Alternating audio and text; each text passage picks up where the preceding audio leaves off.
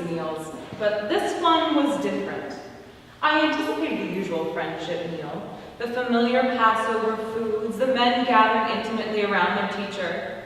Only later in the evening, after plenty of wine, would they notice me and try to pinch me or walk me home. It didn't happen as I expected. For one thing, I lost my job. I had fetched the water basin and the towel and was just rolling up my sleeves to wash the dirty, calloused feet. Not that I minded. I liked the rivulets of water cleansing the ugly sores and bunions, the way people relaxed when I massaged their arches. It took so little to bring so much pleasure. Naturally, I was shocked when the master arose and asked to borrow my basin. I was even more stunned by his courtesy.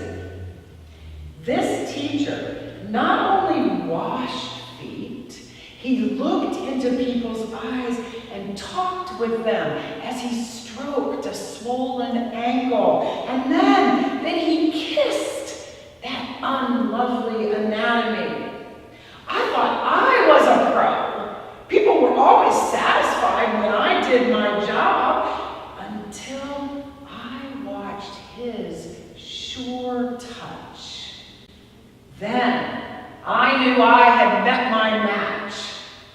Afterwards, I would try to remember how his hands looked and reach for that care myself. He handled Peter's protest just as swiftly. Then he motioned to me. Bewildered, I couldn't understand what he meant, and I found myself eased into a chair, and my feet were being washed with the respect of Claudia, the governor's wife. For those few moments, I relished a dignity as foreign to me as the master doing the servant's task. But maybe it wasn't that strange. Maybe Jesus was reminding me of my heritage. My ancestor Deborah began the menial task too, keeper of the tabernacle lamps. But she moved beyond it because she burned with indignation at the affronts to her people. She roused the men from their apathy. Even General Barak desperately needed her beside him in battle. After her military victory, she assumed authority over Israel and brought peace to the land. Just then, with my feet gleaming wet, I felt as stout-hearted as she. I whispered to myself her song. Let those who love you be like the sun when it arises in all its strength. The men's voices hushed as Jesus patted my feet dry. What was he trying to teach them? And would they ever get it? After that extraordinary pause, the conversation resumed its intensity. Caught up in serving the food, I didn't hear much. But when silence fell over the room, I noticed and I paid attention. This teacher knew how to grab your interest. He gave the traditional prayers for blessing a meal an unheard of twist, calling the bread his body and the wine his blood.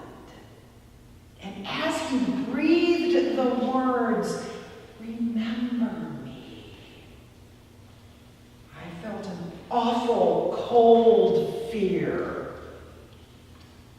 Did something sinister threaten this man who seemed so kind? Later in the kitchen, one of the other serving girls answered my question. She had overheard him say that the betrayer was with him in the table, so the close circle had harbored enemies. Suddenly, I visualized Jesus trying to light a lamp, but gloomy monsters were all about him, and the wind snuffing the flame. My thoughts were interrupted when he sought me to offer bread and wine. Don't you know I'm just the maid? I wanted to ask him. I should be doing this for you. I took the food to save him the embarrassment, but he had totally disrupted our smoothly oiled routines. Usually, a prophet pins on his mantle. A warrior, his sword and shield. A rabbi, the legal code or Torah. But Jesus gave us bread to hold his memory, wine to cup his spirit. What a womanly thing to do.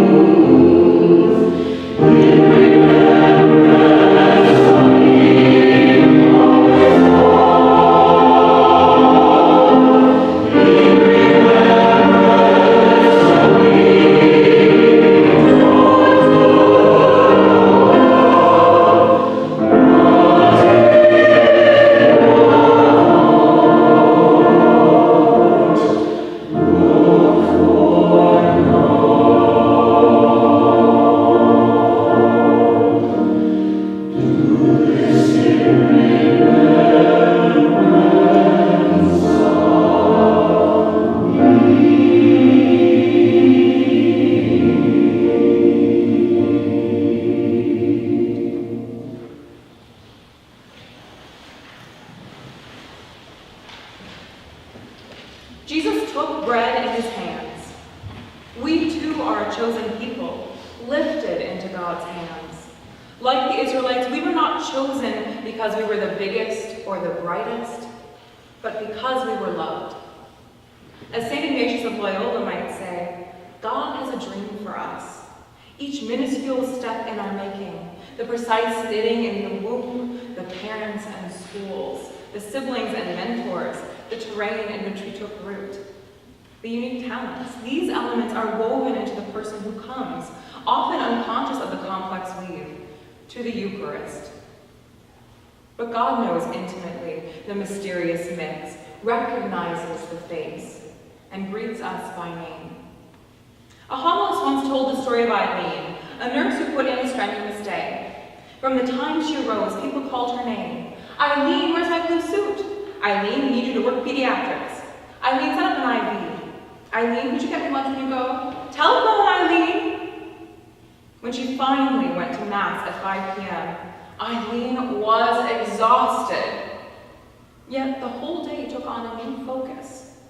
and meaning when she received communion, hearing the words, "I mean, the body of Christ." She understood her whole day in a new light. The series of people calling her name had been Christ in a variety of disguises. He blessed the bread. Blessings are unique to each person and as numerous as the varieties of bread that feed the body. Fragrance of French bread filling the house on a wintry day. Sandwiches stuffed into a lunch sack. Cinnamon rolls. Pita, rye, blueberry muffins. Christmas breads braided with raisins. Kneaded like yeast into life are the graces of family, education, faith, work, a web of sustaining relationships, the beauty of mornings that open like water lilies. Each person should linger over a personal litany of blessings, both because it is individualized and because it is necessary to the next step before we are ever broken. We are blessed.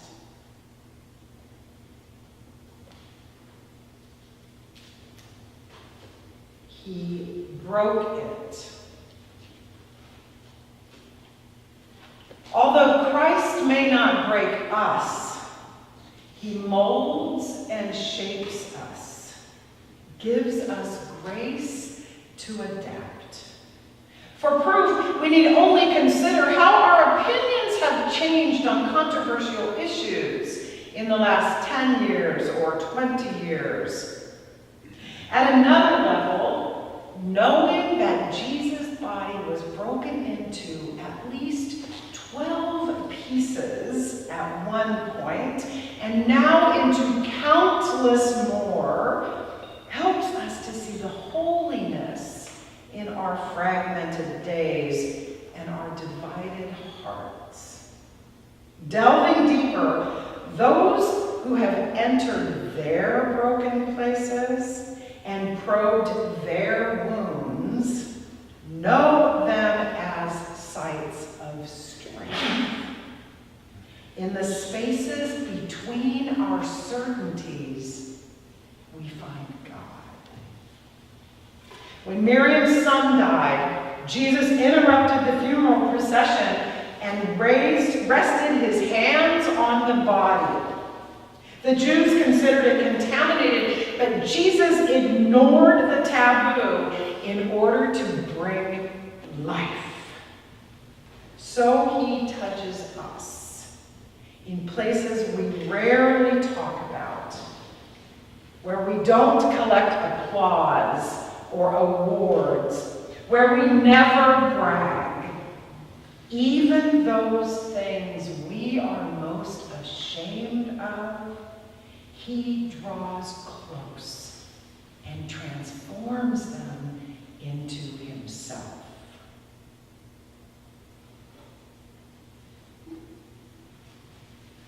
And gave it to them.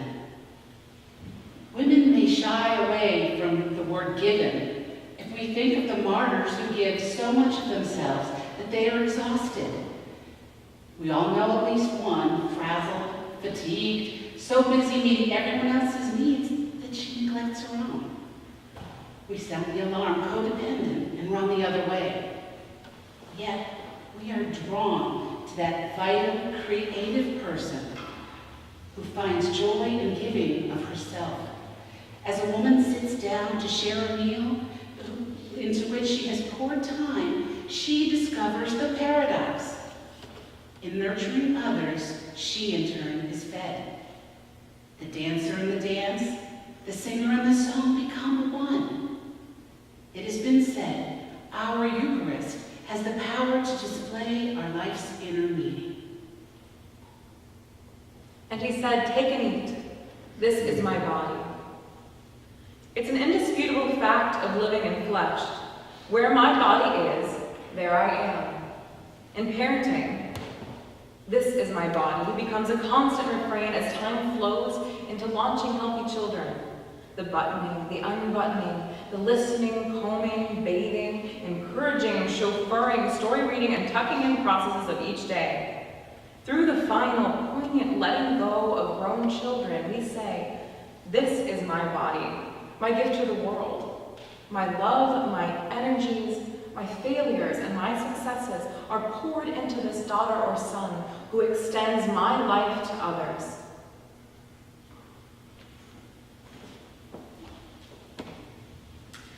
This is my blood. Blood is both life-giving, the blood donor, and life-draining, the battlefield wet with blood. Such polarities can be embraced only by a simple, moored in experience. When women gather to drink wine, the occasion is often festive, as the Merlot sparkles in the glasses, the laughter bubbles. Sometimes then we segue into the heartbreaks revealed only to the closest friends. The lost loves, the tragic betrayals, the spouses and children who disappoint, the talents wasted. From the shared sorrow emerges a new strength. Because we know the rocky twist of another's path, we can more boldly walk our own. Our hearts ache for Julie, newly widowed, Karen undergoing a divorce, Linda in chemotherapy, or Rosa, whose son is schizophrenic. Yet the mysterious alchemy of friendship helps us bear our burdens, knowing how bravely they carry theirs. In giving us the wine of his blood, Jesus draws us as close as companions, splitting a bottle of Chardonnay.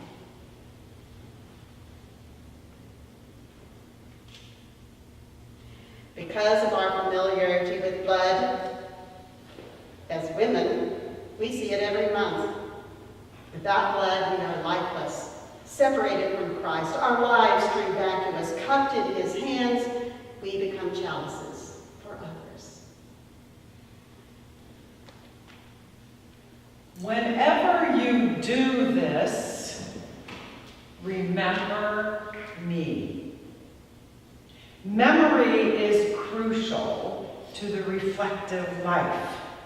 Sometimes the only thing that keeps us going during silence is a remembered song. While memory can be selective, it can also be insightful, revealing meaning in looking back that we couldn't see in the moment. When we seek concrete ways to remember Jesus, we grope for the look of his hands on the bread and the wine, the sound of his voice, the two parts of his command. When you do this, and remember me, are like two hands clasping. The latter represents the kind of memory that triggered recognition at his presence in Emmaus. The former is our creation, the unique way we enact his words in our context. Thus, when we give ourselves as bread and wine to each other, we participate in an eternal process, old yet new. Because of this eternal dimension, whatever we give is miraculously replenished. Perhaps we can best understand it by the comparison to a creation in which the giver becomes the gift.